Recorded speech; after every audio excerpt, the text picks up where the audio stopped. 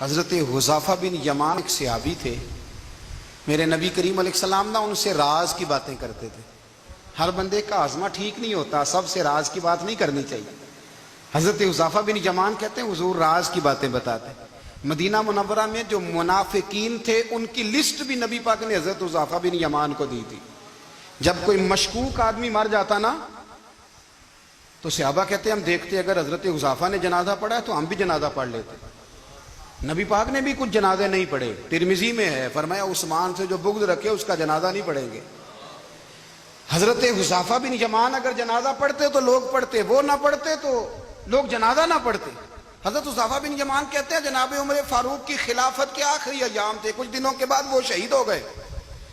فرماتے آدھی رات کا وقت تھا، میں گھر میں سویا تھا بڑا بے فکر، اچانک میرے دروازے پہ دستک ہوئی، میں گھبرا کے اٹھا، اتنی رات کو کون آیا؟ کہتے ہیں قربان جاؤں، دروازے پہ گیا تو امیر المومنین فاروق اعظم دروازے پہ۔ میں نے کہا عمر کوئی حکم تھا تو مجھے بلا لیتے۔ کہنے لگے میں نا امیر بن کے نہیں آیا، تیرا ویر بن کے آیا ہوں۔ امیر المومنین کی حیثیت سے سرکاری کام سے بلاتا تو وہاں بلاتا، مجھے ایک ذاتی کام پڑ گیا۔ کہتے ہیں میں نے عمر کو گھر کی اندر بلا کے چارپائی پہ بٹھایا، میں نے کہا حضور میں غریب آدمی، میں کیا آپ کے کام آ سکتا ہوں؟ تو کہتے ہیں انہوں نے نا مجھے ساتھ بٹھا لیا، پھر میرا ہاتھ پکڑ لیا، کہنے لگے تو عمر کو جانتا ہے؟ عمر جھوٹ نہیں بولتا، تو جانتا ہے عمر وعدوں کا پکا ہے؟ کہا حضور جانتا ہوں۔ کہا میں اس وقت آیا ہوں جب دیکھ بھی کوئی نہیں رہا۔ حضرت حذیفہ بن یمان کہتے ہیں پریشان ہو گیا، حضور پہلیاں نہ بجھوائے، مہربانی کر بتائیں کدھر آئے ہیں؟ تو حضرت عمر فاروق فرمانے لگے 62 سال کا ہو گیا ہوں، 63 میں چل رہا ہے، داڑھی سفید ہو گئی ہے، پھل پک گیا، اٹھ فریدہ ستیا، داڑھی آ گئی پور، اگا نیڑے آ گئی، پیچھا رہ گئی دور، اب قبر اشر کا معاملہ صاف نظر آنے لگا ہے۔ کہا حضور مجھ سے کیا چاہتے ہیں؟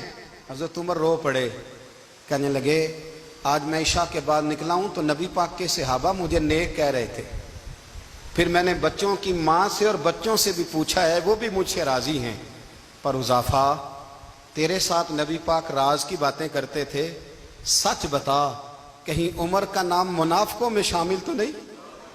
سچ بتا ان منافقین میں تو شامل نہیں، کہیں اوپر سے تو نہیں سارا کچھ؟ حضرت حذیفہ بن یمان کہتے ہیں میں باپ کے مرنے پہ اتنا نہیں رویا جتنا عمر کے سوال پہ رویا۔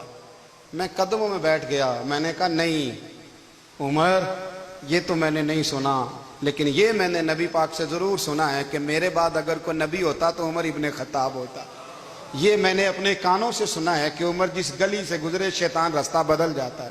یہ میں نے اپنے کانوں سے سنا ہے کہ 950 سال حضرت جبریل جناب عمر کی شان بیان کریں تو پھر بھی بیان نہیں ہو سکتا۔ یہ میں نے ضرور سنا۔ دوستو ساری زندگی حضرت عمر نے اگر دوسروں کا محاسبہ کیا تو اپنا اور اپنے بچوں کا بھی کڑا خیال رکھا، اپنی ذات پر بڑی توجہ دی۔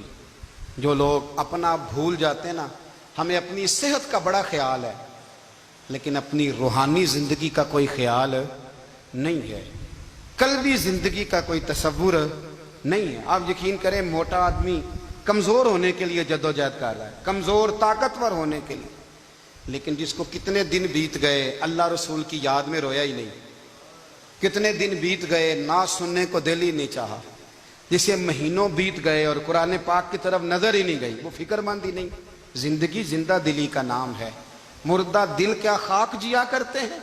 بھائی حضرت عمر کی زندگی دور حاضر میں ہمیں یہ سبق دیتی ہے کہ کڑی نگرانی رکھو اپنے پودوں کی، کڑا خیال رکھو اپنے ذاتی باغ کا، اور یہ جو تمہارے دل کی دنیا ہے یہ تمہاری روح کی زندگی ہے، اس کا محاسبہ کرتے رہو۔ نبی کریم علیہ السلام نے فرمایا اپنا حساب خود کر لو قبل اس کے کہ تمہارا حساب کیا جائے۔